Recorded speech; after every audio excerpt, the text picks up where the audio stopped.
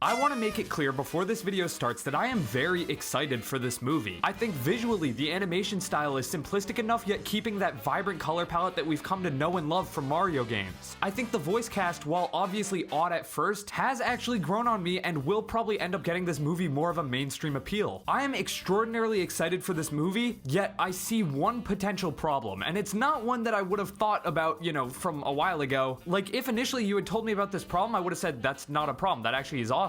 But with more and more trailers and looks coming out, I do want to talk about the Super Mario Bros. Movie one big potential problem. So what am I talking about? Well, I don't want to beat around the bush. I don't want this movie to have too many references to the games. And I know you're probably like, what are you even saying? That makes no sense. And I've come on record before wanting to say that, hey, this movie should be, a love letter to the people who grew up with these games. And I totally, still stand by that. I'm not talking references like, oh, putting, a date on a license plate or having like a toad in the background that sells like, certain Mario items or enemies. I'm talking specifically with the power-ups Mario gets to use that help him within the story, whether it's, fighting someone or flying around. Obviously, I'm not going to count Mario Kart as a power-up, but we do see Mario in the cart, probably towards the end of the game driving on Rainbow... I said game, didn't I? End of the movie driving on Rainbow Road, and that's awesome. And then we also see Princess Peach getting this fire flower, and Mario getting a Tanuki suit, and most recently, the reason I'm making this video, Mario getting a cat suit. Now, I'm obviously a massive Super Mario 3D World fan, so my first reaction to seeing the cat suit was, this is awesome, and I still think it's so sick that it's getting included in this movie. But what I don't want to have happen is general audiences go and see this movie, and then whenever Mario gets in, any lick of trouble and is in a fight scene or something, he just transforms into,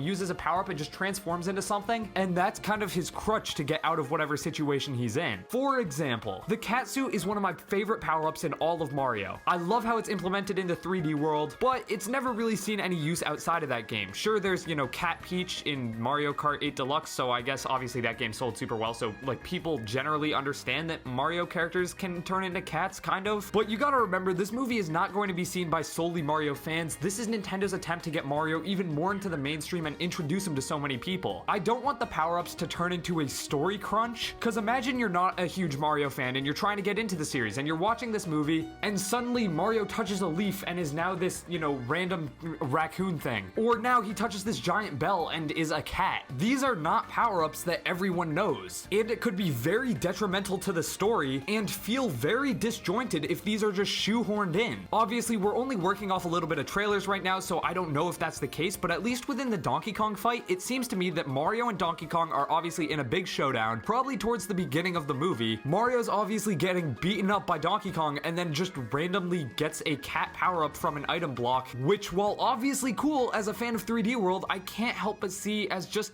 a little bit of a story cop-out. If my parents went to go watch this movie, or anyone else who didn't, follow Mario, they'd just be like, oh, what? So he can just turn into a cat whenever he gets this? And now suddenly that he's a cat, he's strong enough to potentially beat Donkey Kong? It seems quite odd. I mean, again, I hate saying this, but it seems like a cop-out. It seems like the writers are just going to be like, oh, Mario's getting beaten, let's give him a power-up. And while that's cool, most people don't know the origins of the power-up or anything like that, so I don't want it to just seem like Mario's randomly turning into a cat or randomly turning into, a Tanuki just whenever he gets into a little bit of trouble. That's obviously what happens in the game because a power-up literally makes your power go up. It makes you better at the game. But again, from a story perspective, that's just odd. Especially if these power-ups don't have any other, introductions within this movie. If at the start of the movie, there's some scene where Toad is showing Mario a bunch of different power-ups, and then they later call back that scene when he ends up transforming into these, different creatures, that would be fine. But I just have a terrible feeling that that's not going to be the case, and Mario's just randomly going to be transforming into different,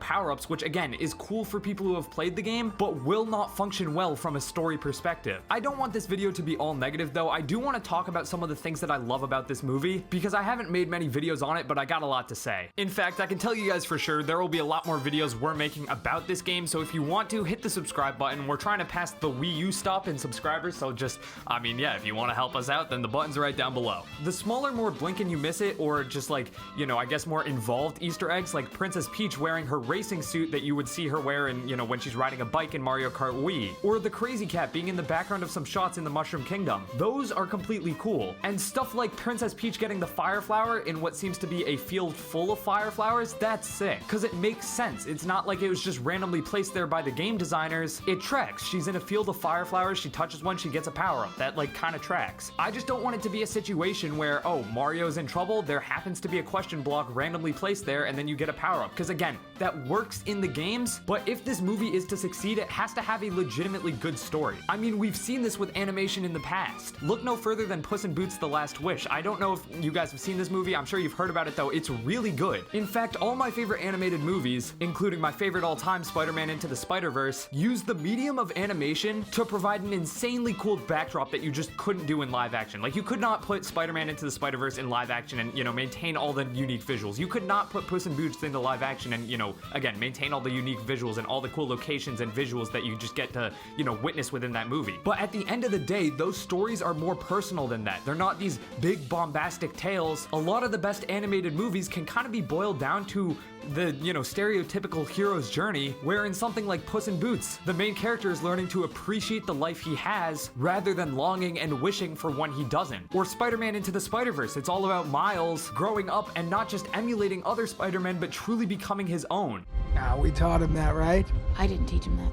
And you definitely didn't. If the Mario movie is to ever be as good as those animated feature films, Mario as a character has to develop. And obviously that's not something we're able to discern from the trailers. This could be completely me just, you know, saying this just because I'm worried about it, and it's not a problem at all. But at least from what we've seen so far, I really don't think Chris Pratt's version of Mario is going to get enough growth for, you know, this story to be satisfied. It seems like whenever he's having a problem, instead of, you know, pulling himself up by his bootstraps and learning, you know, something or taking away a message from, you know, a prior conversation or, you know, some past like part of the adventure he's been on, instead he just gets a power-up and that might bail him out. That's definitely not something I want to see them lean on within this movie, because again, Mario games don't really have a story, so it makes sense that, oh, you gotta beat Bowser, there's a power-up, you know, inconspicuously like lying down nearby and you can just get that and then beat him with that. But that makes sense because those are games and not, you know, story-based games. They're just like pure platforming bliss. This is obviously, you're not going to be watching this movie and getting the same feeling you get when you play Mario Odyssey. It's just completely different. So because of that, I don't want Nintendo and Illumination to lean too heavily into the game, because even if they did, it would be neat, and yeah, I'd probably enjoy it on, you know, the first watch around, like seeing Mario get into all these power-ups that we've, you know, grown up with, known and loved from the video games, but it wouldn't really hold up to multiple rewatches. It would be more of like a short-term, you know, like, oh, this is so sick, but then you don't really come back and watch it because there's no substance there. I just hope there's substance to this story. I hope it gets a little bit emotional. I know that's not really what we, you know, want to necessarily hear about a Mario game, but this is a Mario movie and there's got to be some stakes in this story. Mario can't just randomly transform into a cat or a frog or a tanuki whenever he gets into a little bit of trouble. If you want to hear me talk a lot more about the movie, check out our podcast Nintendo Tonight, because we have multiple episodes probably going up when, you know, we see the movie. We'll review it. When we're, you know, getting new trailers, we'll talk about those. But yeah, I am really excited for this. Like, the voice acting has actually grown on me. I don't, you know, I still think it would be fine to have Charles Martinet do it, but like Chris Pratt, I think he's good. Seth Rogen as Donkey Kong, whatever, it's fine. Jack Black as Bowser, I mean, you know, he's cooking. It'll be interesting, and I definitely hope that they lean into the fact that this is a movie, because at the end of the day, you can't just take, you know, the Mario games and then put it here. Because if you put the Mario games on the big screen, it's not, you know, you're not getting a good movie. Hopefully that all makes sense. This video was a little bit disjointed. I just wanted to talk about it. If you enjoyed this video, then hit the subscribe button. We got a lot more coverage on the Mario movie as it gets closer to coming out, but mainly Mario games. That's what, you know, we're all here for. That's what we all talk about. So